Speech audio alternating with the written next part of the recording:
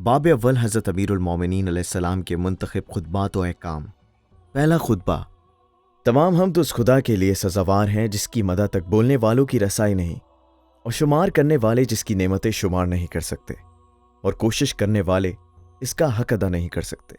وہ خدا جس کی ذات کو ہمتوں کی بلند پروازیاں نہیں پا سکتیں، اور فکروں کی گہرائیاں اس کی تہ تک نہیں پہنچ سکتیں۔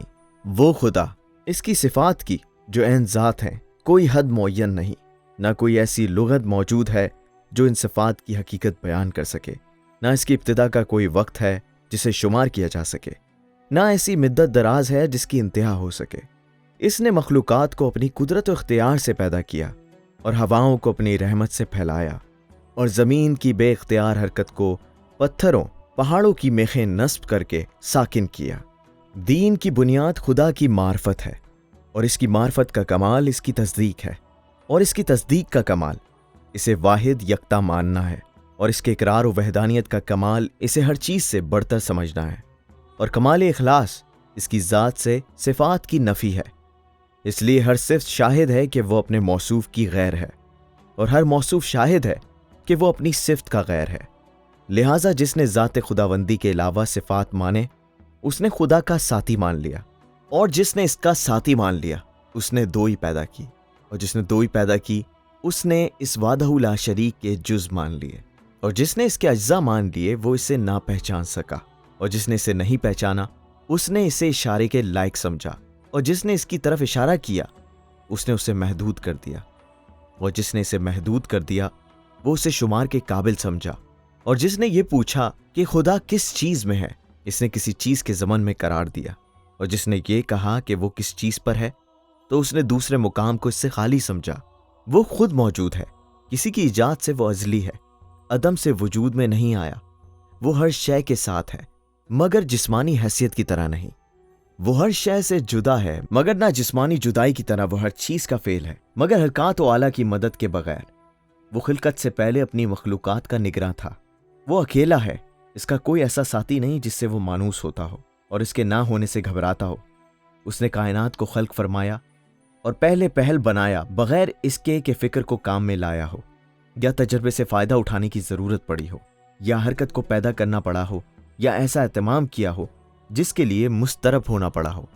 وہ ہر چیز کو اپنے وقت پر عدم سے وجود کی طرف لایا، اور مختلف المزاج اشیاء کو ایک دوسرے سے وابستہ کیا، اور ہر چیز کو مخصوص مزاج عطا کیا، اور ان کی صورتیں اور شکلیں معین کی۔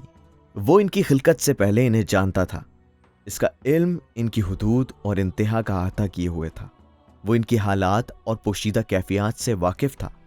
پھر خدائے بزرگ و برتر نے کشادہ فضائیں، وسیع و اطراف و جانب اور آسمان سے ٹکرانے والی ہوائیں پیدا کیں۔ پس اس فضا میں تلاطم خیز پانی بہایا، اس سے بحر و خار کی موجیں ایک دوسرے پر چڑھ رہی تھیں۔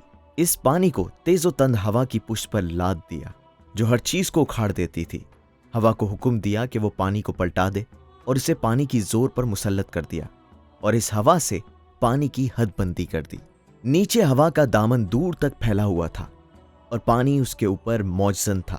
پھر خدائے برتر نے ایسی ہوا پیدا کی جو خشک بے ثمر تھی، اور اسے اپنے مرکز پر قائم رکھا، اور اس کی رفتار تیز کر دی، اور اس کے چلنے کی جگہ دور دور تک پھیلا دی۔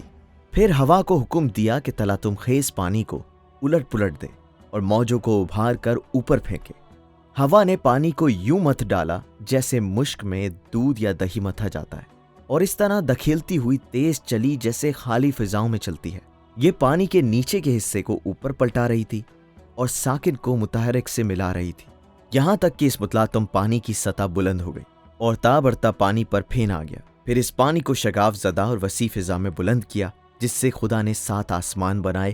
نیچے والے آسمان کو ایک جمی اور تھمی ہوئی موج قرار دیا، اوپر والے آسمان کو محفوظ چھت اور بلند عمارت کی مانند اس طرح قائم کیا کہ نہ ستونوں کے سہارے کی ضرورت اور نہ میخوں سے جڑنے کی حاجت۔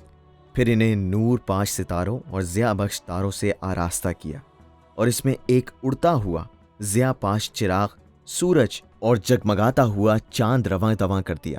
یہ سب چکر لگاتے ہوئے آسمان چلتی ہوئی چھت اور متحرک لو میں ہے۔ پھر خدا نے بلند آسمانوں کے درمیان شگاف دے کر فضا پیدا کی، اور ان فضاؤں کو قسم قسم کے فرشتوں سے بھر دیا۔